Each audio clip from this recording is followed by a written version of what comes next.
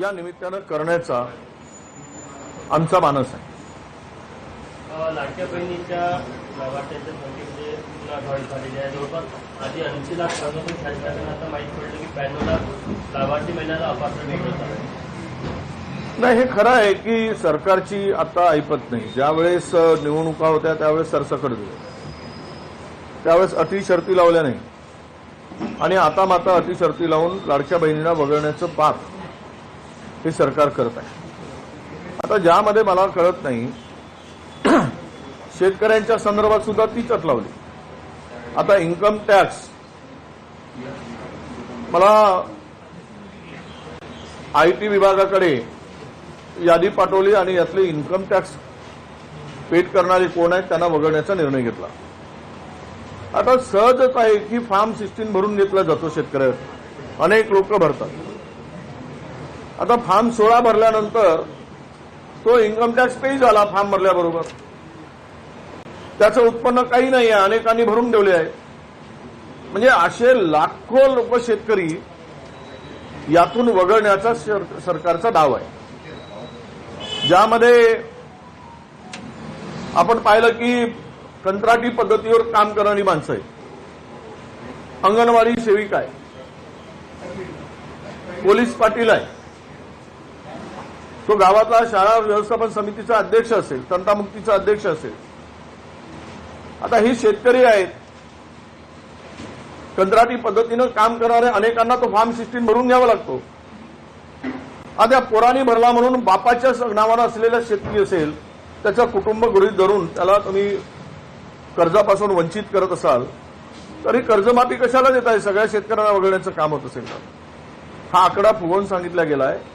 वस्तुस्थिती अशी आहे की 10-12 लाखाच्या पलीकडे शेतकरी या अटी शर्तीच्या मध्ये बसतात, त्याच्या पलीकडे जात नाही आणि फार तर हे 12-15 हजार कोटीची कर्जमाफी असेल आणि त्यापेक्षा शेतकऱ्यांना काही त्याचा फायदा होणार नाही।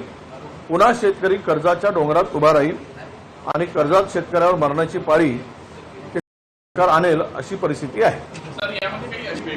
राहिला आहे की महिलांच्या संदर्भात 92 लाख महिलांचं जर वगळलं आहे आतापर्यंत, तो आकडा समोर येतो आहे।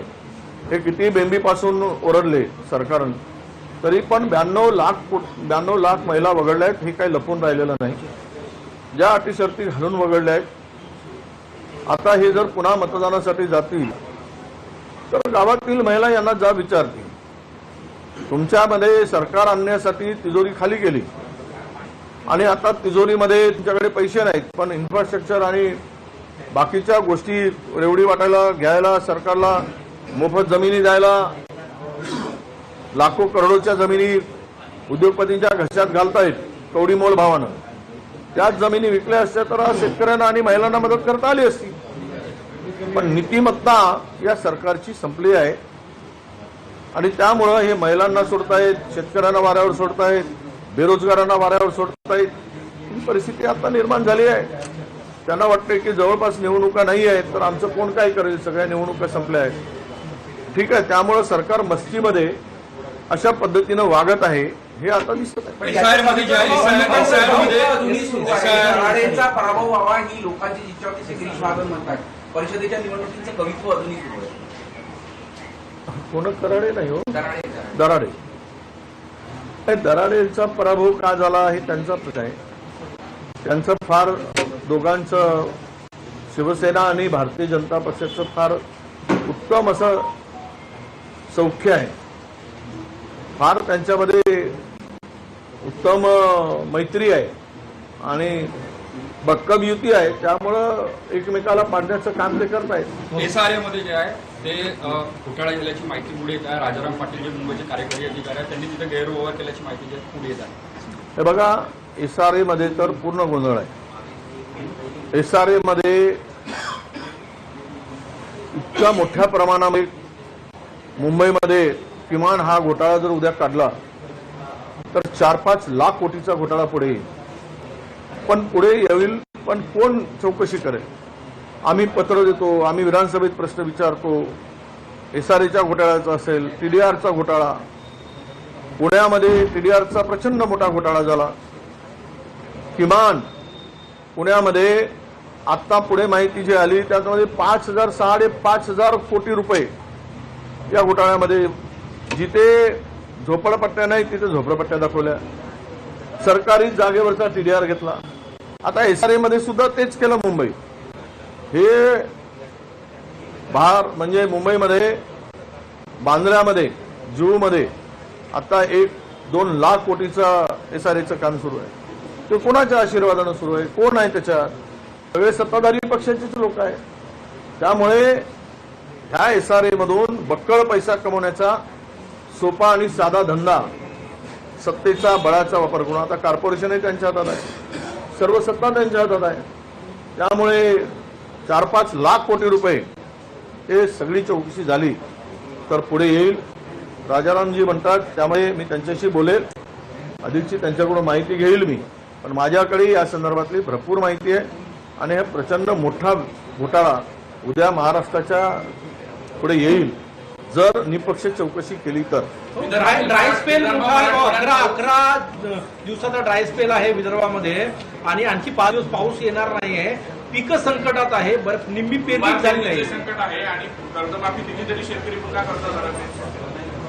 हे नक्की आहे की आलं निनोचा प्रभाव आता तुम्हाला पहिला पाऊस जो काही कोकण आला आणि मुंबई कोकण भागामध्ये जो काही पाऊस झाला तिथे जास्त झाला. पण उर्वरित मराठवाड्यामध्ये फार वाईट बिकट परिस्थिती आहे. विदर्भात आहे. सोयाबीनच्या बेल्टमध्ये प्रचंड शेतकऱ्यामध्ये आता चिंतेचं वातावरण आहे. कारण सोयाबीनचं बियाणं आलं ते उगवलं नाही आणि आता पाण्यामुळे जे उगवलं तेही जाणार आहे. आणि हा ड्रायस्पेल जर 11 दिवसाचा असेल तर पूर्णतः कापूस आणि सोयाबीन ही पिकं, ही नगदी स्वरूपाची पिकं ही पूर्णतः उद्ध्वस्त होणार आहे. आम्ही पर्यायी बियाणे जर त्वरित नाही मिळाले म्हणजे दुबार पेरणीसाठी, पाऊस आला आणि वाचले तर ठीक, पण दुबार पेरणीसाठी सरकारनं व्यवस्था करायला पाहिजे आणि ते तातडीनं केली पाहिजे दुबार पेरणीसाठी बियाणाची, तर शेतकरी वाचेल. नाहीतर शेतकरी पुन्हा यावर्षी प्रचंड कोरड्या दुष्काळाला सामोरं जावं लागेल आणि त्यांचं फार मोठ्या प्रमाणात नुकसानही होईल. पण एक लक्षात घ्या, या सरकारची या संदर्भात कुठलेही चिंतन नाही, बैठक नाही, काही चर्चा नाही की उद्या काय होणार आहे, काय परिस्थितीला आपल्याला सामोरं जावं लागेल. त्यांना हे बिनधास्त आहेत. त्यामुळे आम्ही विधानसभेमध्ये सुद्धा दुबार पेरणीसाठी बियाण्याची काय तयारी आहे हे विचारलं आणि ज्या कंपन्या बोगस बियाणे पुरवठा केले त्या सगळ्या कंपन्यांवर कारवाई करायची मागणी मी स्वतः केली. मंत्र्यांनी फ्लोअरवर सांगितलं की आम्ही या सगळ्या कंपन्यांवर तातडीनं कारवाई करतो, या कंपन्या बंद करतो. आता मी आज विचारणार आहे, काल 2-4 दिवस झाले, आता हाऊस संपल्यानंतर 2 दिवस गेले.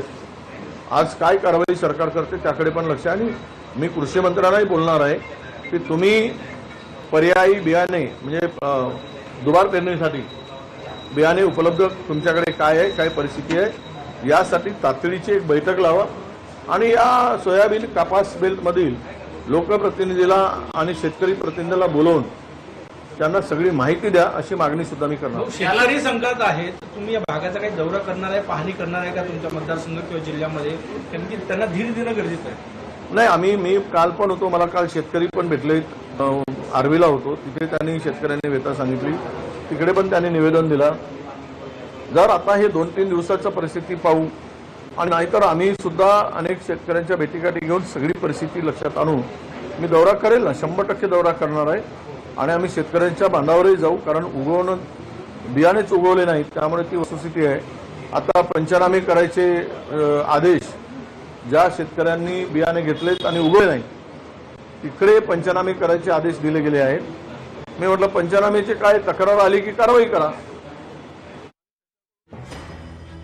शेतकऱ्यांनाही वगळणार, अटी शर्ती लावून शेतकऱ्यांना वगळण्याचा हा प्रयत्न केला जातोय असं वक्तव्य या ठिकाणी विजय वडेट्टीवार यांनी केलेलं आहे.